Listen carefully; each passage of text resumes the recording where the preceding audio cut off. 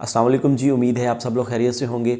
मेरी ये वीडियो सिर्फ ख़वातीन के लिए है। ऐसी ख़वातीन, ऐसी माँ बहनें जिनको पीरियड्स का मसला है, माहवारी टाइम पे नहीं आती, अगर आती है तो बहुत कम आती है, दाग सा लगता है और पेन के साथ आती है। इस पे हम बात करेंगे, इसकी क्या वजूहात हो सकती हैं और इसके लिए मैं आपको सिर्फ घरेलू इस्तेमाल की चीज़ बताऊंगा जो आप रोज़मर्रा रूटीन में इस्तेमाल करते हैं। सिर्फ आपने उसको एक बाकायदगी के साथ इस्तेमाल करना है। अल्हम्दुलिल्लाह आपकी ये जो माहवारी का मसला है ये बिल्कुल ठीक हो जाएगा, बाकायदगी से आना शुरू हो जाएगी। वीडियो में आगे जाने से पहले गुजारिश है, चैनल को सब्सक्राइब कर लीजिएगा और बेल आइकन को लाजमी प्रेस कर दीजिएगा। देखिए, माहवारी ना आने के पीछे कई वजूहात हो सकती हैं।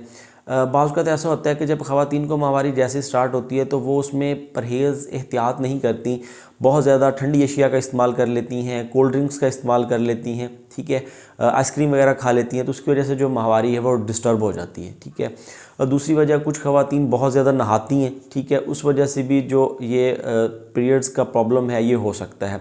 इसके अलावा ऐसी ख़वातीन जिनका काम बैठ के करने का या सारा दिन बैठी रहती हैं, बैठ के ही वो सारा दिन काम करती हैं, ऐसी ख़वातीन में भी जो पीरियड्स हैं वो प्रॉब्लम कर सकते हैं। टाइम पे ना आने का मसला हो सकता है, लेट हो सकते हैं या पेन के साथ आ सकते हैं। इसके अलावा वो ख़वातीन जो कुछ मेडिसिन इस्तेमाल कर रही हैं दिमागी कमज़ोरी के लिए या किसी और चीज़ के लिए मेडिसिन इस्तेमाल कर रही हैं, उनको भी जो पीरियड्स हैं उनमें प्रॉब्लम हो सकता है, पीरियड्स रुक सकते हैं या देर से आ सकते हैं। और ऐसी ख़वातीन जो बहुत ज़्यादा एक्सरसाइज करती हैं, बहुत ज़्यादा जिम में जाके वर्कआउट करती हैं, उनको भी जो पीरियड्स हैं उसमें मसला हो सकता है, ठीक है। इसके अलावा ऐसी ख़वातीन जो अपनी नींद पूरी नहीं करती, टाइम से सोती नहीं है, नींद की कमी का शिकार हैं, जिनको डिप्रेशन का मसला है, डिप्रेस्ड रहती हैं, टेंशन में रहती हैं, उनकी भी जो माहवारी है वो टाइम पे आगे पीछे हो सकती है या नहीं आ सकती। क्योंकि जब वो डिप्रेशन का मसला होता है तो उनके दिमाग में से जो हार्मोन्स जो निकलते हैं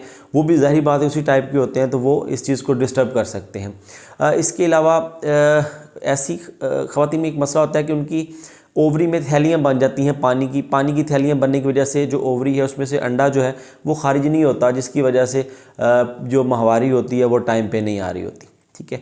तो ये कुछ वजूहात हैं जिसकी वजह से माहवारी में मसला बन सकता है। अगर आप इनमें परहेज़ करें, इस पर तवज्जो दें तो ये मामला ठीक हो सकते हैं। दूसरा, ये जो पीरियड्स का ड्यूरेशन होता है ये 2 से 8 दिन का होता है, 2 दिन से लेके ये 8 दिन तक आपको आते हैं और एक सीक्वेंस के साथ आ रहे होते हैं। और इसके अलावा ये 4 से 5 हफ्तों के बाद ये ड्यूरेशन दोबारा जो है वो रिवाइज़ होता है। तो आपको ये जो मैं चीज़ बताने जा रहा हूँ ये डेली रोज़मर्रा इस्तेमाल में आप इसको लेकें और ये अल्हम्दुलिल्लाह ये चीज़ हमारे डेली रोज़ घर में इस्तेमाल में होती है और सिर्फ आपने इसको बाकायदगी के साथ जिस तरह मैं बता रहा हूँ इसको इस्तेमाल करना है, आपके पीरियड्स टाइम पे आना शुरू हो जाएंगे। आपने अदरक लेना है, आधा चम्मच अदरक, उसको थोड़ा सा कूट लें, कूटने के बाद 1.5 कप पानी डाल के अच्छी तरह से उसको बॉयल करेंगे, पानी 1 कप रह जाए, ठीक है।